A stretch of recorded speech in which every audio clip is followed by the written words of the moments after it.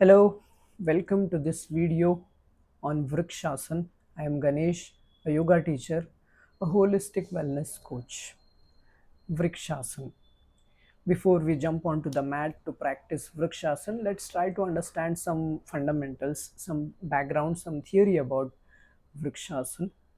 Vriksh means tree, so this pose is also called tree pose because we will be standing straight and tall, steady like a tree. This asana is also called Dhruvasana because it is said Dhruv practiced this asana doing austerity to please Lord Vishnu, and he was successful in achieving God realization also.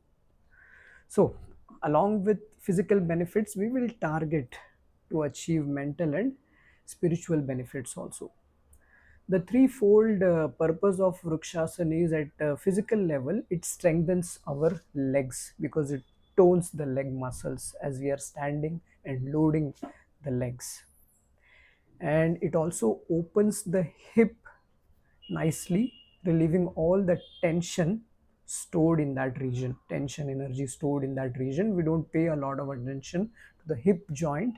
A lot of tension gets stored there. This asana will help you to relieve that tension, and it will also help you to strengthen your core because we will be balancing on one leg, so the core muscles will get engaged. So it will help you to strengthen your core muscles also. At the mental level, it will help us to train the brain to balance things. Balancing is a very, very important aspect in life, and this asana will help us to train the brain to balance things, as well as it will help us to develop focus, right? And at spiritual level, it will help us to develop tolerance.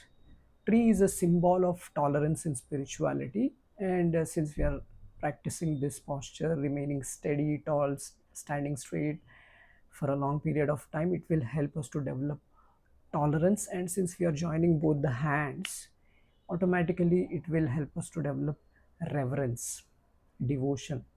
Okay, without mental and spiritual involvement, it becomes a kuyog, a physical drill, just a physical drill.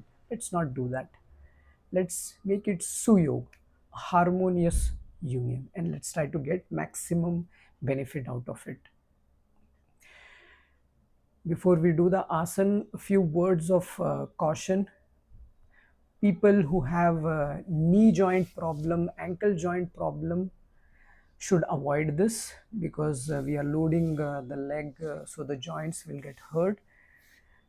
We will The people who have migraine and insomnia also should avoid because we are standing on one leg. It can cause dizziness and you might fall.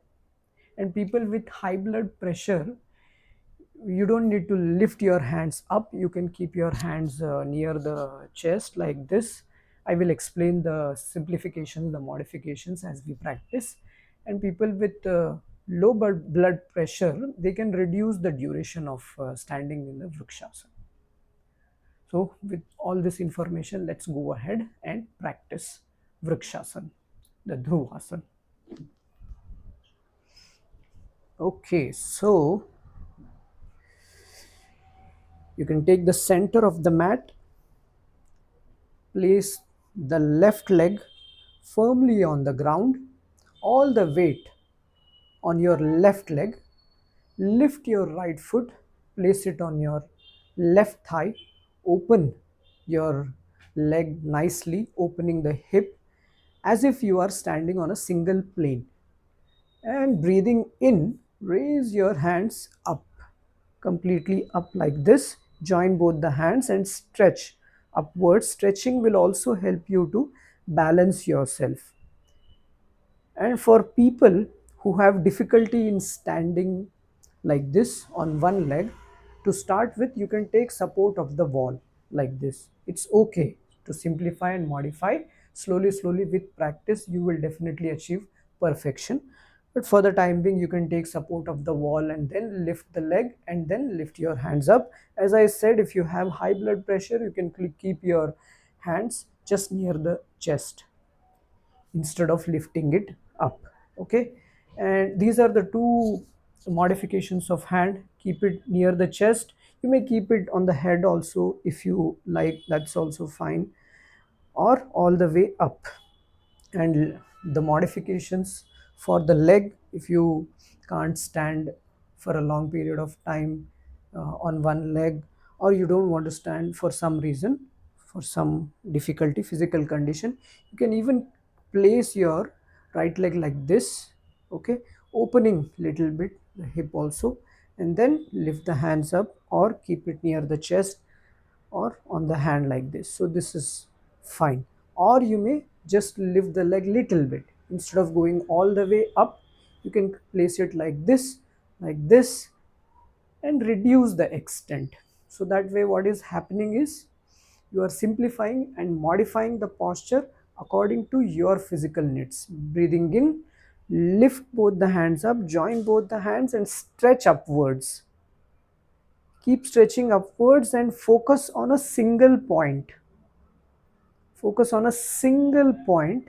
That will help you to balance also, and open your head nicely so that you are on a single plane.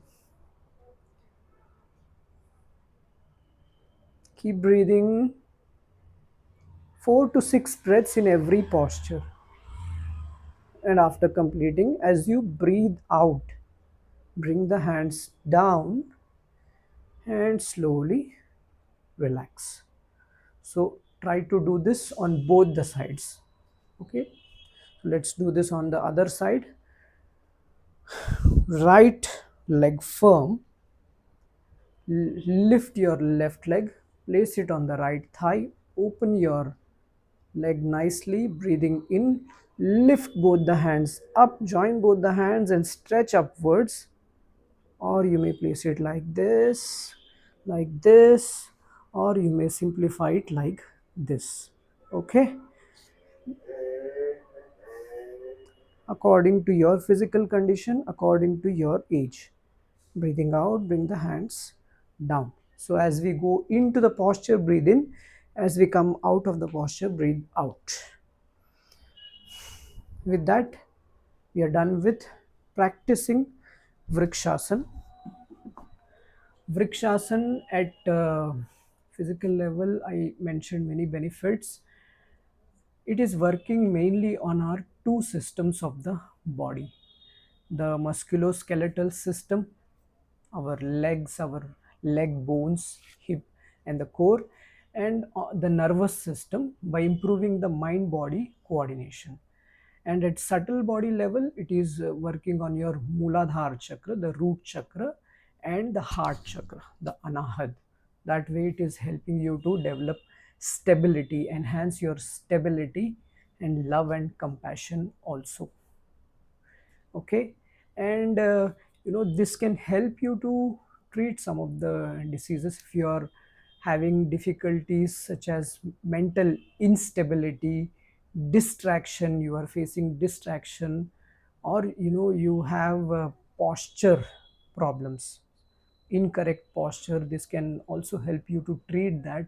And if you are facing sciatica problem, it can help you to treat that also.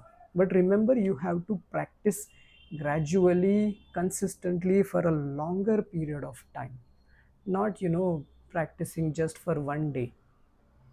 Maharshi Patanjali says, "Sa tu dirgha kala nairyantarya satkara sevito druda bhumihi."